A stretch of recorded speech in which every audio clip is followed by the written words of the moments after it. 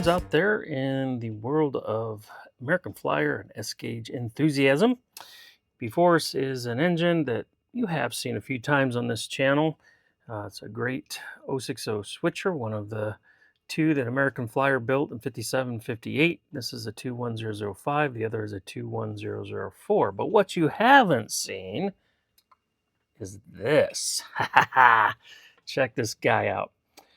Little Tyke HO by American Flyer, and this was sent to me.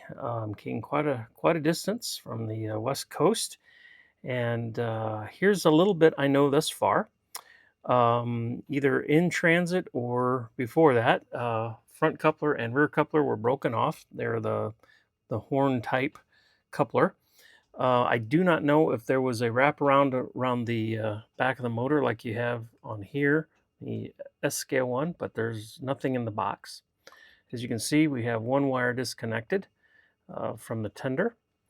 The owner told me it doesn't run. Obviously, this is one thing that's going on. Whether or not there's more than that, I do not yet know. If we turn it on its side, we can see that it has traction tires.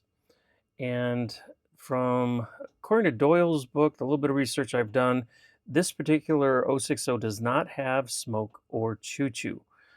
So that should make servicing it just a little bit simpler.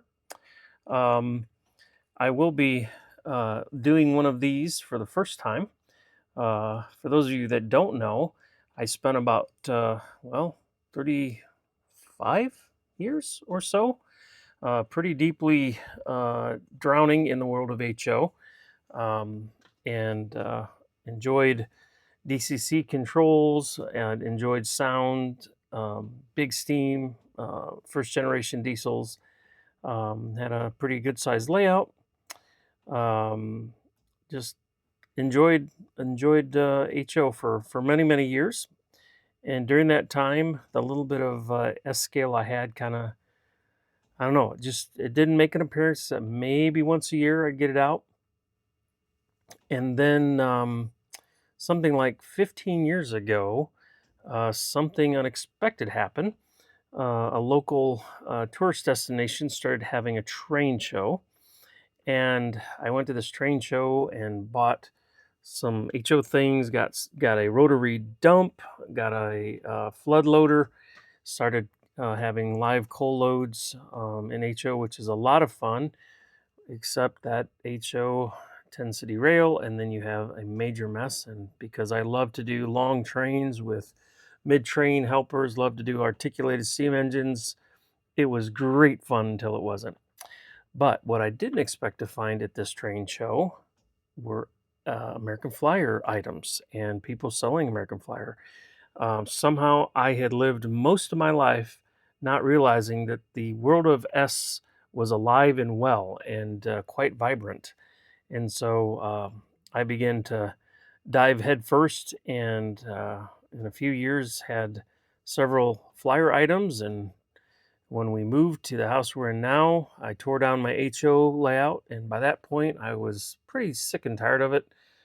Some of the idiosyncrasies with HO being that it's fragile, and like I said, it doesn't track well. It's hard to. I spent a ton of time on track work, and I don't know if it's temperature changes or what, but it seemed like fixes I made wouldn't last, and I'd end up with derailments and on and on. So I actually got rid of all of my HO and switched entirely to S, and have been happy about that and haven't looked back. Don't regret it. But all that to say, I have a pretty good experience with HO. So working on something smaller doesn't scare me. Did quite a lot of things with HO scale. Well, that was a long intro. My apologies.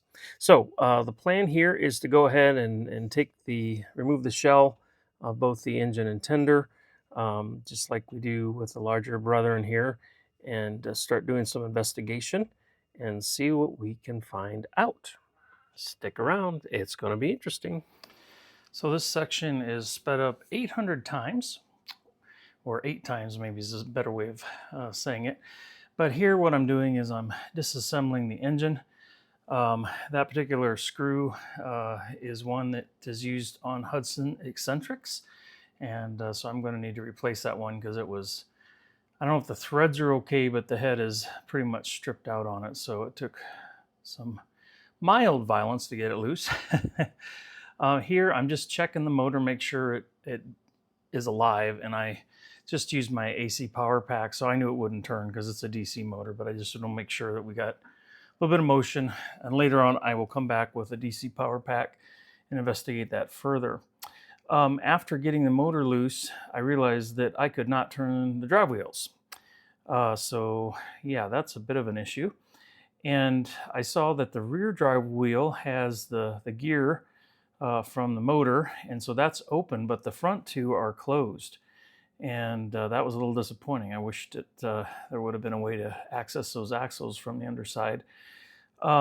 So anyhow, I thought, well, I'll just go ahead and take off the side gear and continue to see if I can, manually get those guys to move. The hubs of the drive wheels are plastic, and so I wanted to be kind of careful as I worked on this because I didn't want to break or damage them. So I thought, well, I'll just put some WD-40. I decided that WD-40 with its penetrating properties would probably be my best way to get at these axles. I didn't want to pull the wheels off just because I don't have a quartering jig.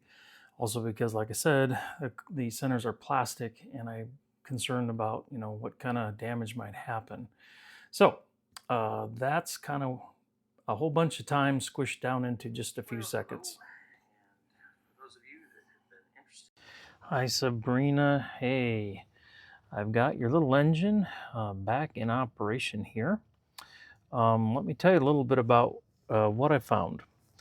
And some of this will be a review, but when it arrived, I found the side of the tender kind of scratched up here. I'm not sure for sure what happened. Maybe the motor scratched it in transit. I don't know. I found the rear coupler snapped in two and in pieces, and I found the front one had just completely been knocked loose. Fortunately, all the parts were still there. So that was one thing I did. I found one tender pickup wire needed to be resoldered here. Another one was broken off the engine. So two different things that I soldered. But the biggest thing that I found were the front two axles were frozen solid. The rear one, because it was exposed, I could get some lubrication in there and that one freed up pretty quickly. But these two, wow. I soaked them for 4 or 5 days in WD-40, which is a penetrating oil, and a couple times a day I'd come by and see if they'd turn a little bit, and I'd tap on them and stuff, but they're plastic, and so you kind of got to be careful what you do with these so that you don't damage things. Finally got the front one to work loose, but the middle one still was misbehaving, so I had to do a few other special things to that one to get it to work loose. Then once they were loose, I used my Dremel tool on the slowest speed, put a soft cloth bit on the end here, and I just spun the wheels.